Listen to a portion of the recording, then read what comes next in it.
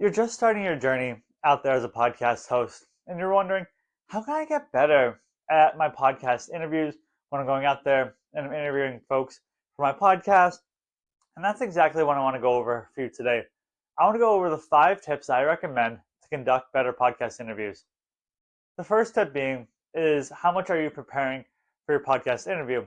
I find that when I prepare for an interview, it always goes over better than if I just hop onto the microphone and start talking to the guest. Reason being is maybe I'm not exactly sure who I'm going to be interviewing or 100% sure on their background. I know of them, but I want to dig a little bit deeper. So maybe I spend 15, 30 minutes of just that prep time looking on their website, looking at what they've done, going on their LinkedIn, seeing what they've recently accomplished.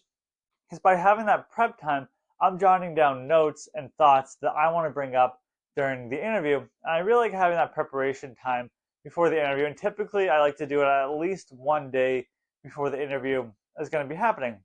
And going along with the prep time is I like to make sure I know how to pronounce the guest's first and last name.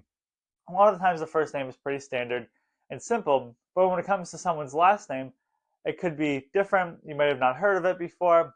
So what I like to do is check out a podcast interview that they have done, maybe one or two of them, see how that podcast host introduces them, and then I'll jot down exactly how to pronounce their last name.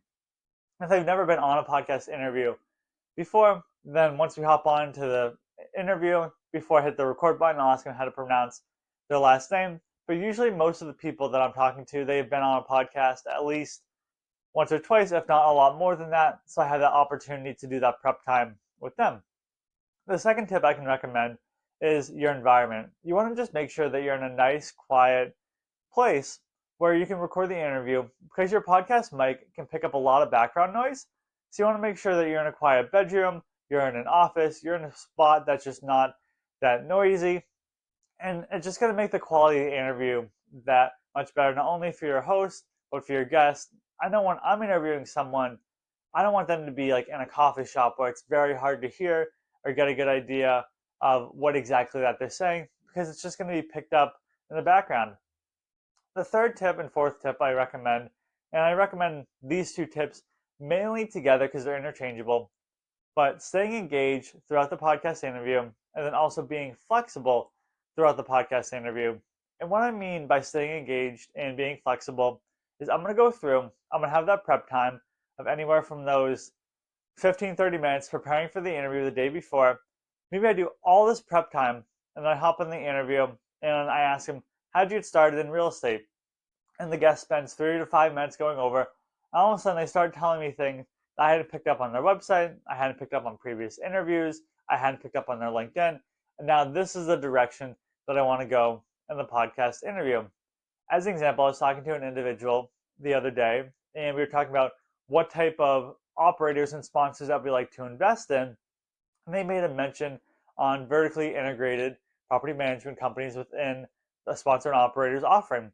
So that's where we really divulge from the interview for the next 10 to 15 minutes is going over these vertically integrated opportunities where I hadn't really known that because I didn't know exactly her preference was for when it came to vetting these sponsors and these operators. So that was me staying engaged and being flexible. Well, yes, I had these list of questions that I wanted to ask her, but maybe we go off on this one question for 10 to 15 minutes and really dive deep into the specific subject. I find it's hard as a podcast host and can be make for a mundane interview is that if you have your list of questions, say 1 to 10, and you ask them this question and then they answer, then you go on to the next question and then the next question. You're not even having a real casual conversation with them, honestly, any conversation at all. So I want to make sure it's just an engaging interview, and that comes from just, again, staying engaged and being flexible. And the last tip that I recommend to conduct better interviews is understanding who is your audience. For my podcast, my audience is primarily passive investors who are investing in alternative and assets. Real estate, they could be potentially investing in different private equity opportunities, but primarily it's going to be passive investors. Where if I brought someone on from the stock market, yes, I could do my prep and I could probably have a good interview with them there that teaches how to invest in the stock market. It's probably just not going to be a fit for what my audience is looking to do. So I want to understand who is my audience, why am I bringing this guest on, what value can my audience get out of me having this guest on my show? So you just want to make sure you're not just bringing on any sort of guest. Maybe you're in a particular niche, maybe you're looking for someone with an X amount of experience. Just understand who your audience is going to make for a better interview all around. And again, just to go over the 5 best tips I recommend conduct a better interview is having the prep time, making sure that your environment is set up correctly so there's not a ton of background noise or really any noise at all. You're staying engaged throughout the interview, you're being flexible through the interview, and then lastly, you're understanding your audience.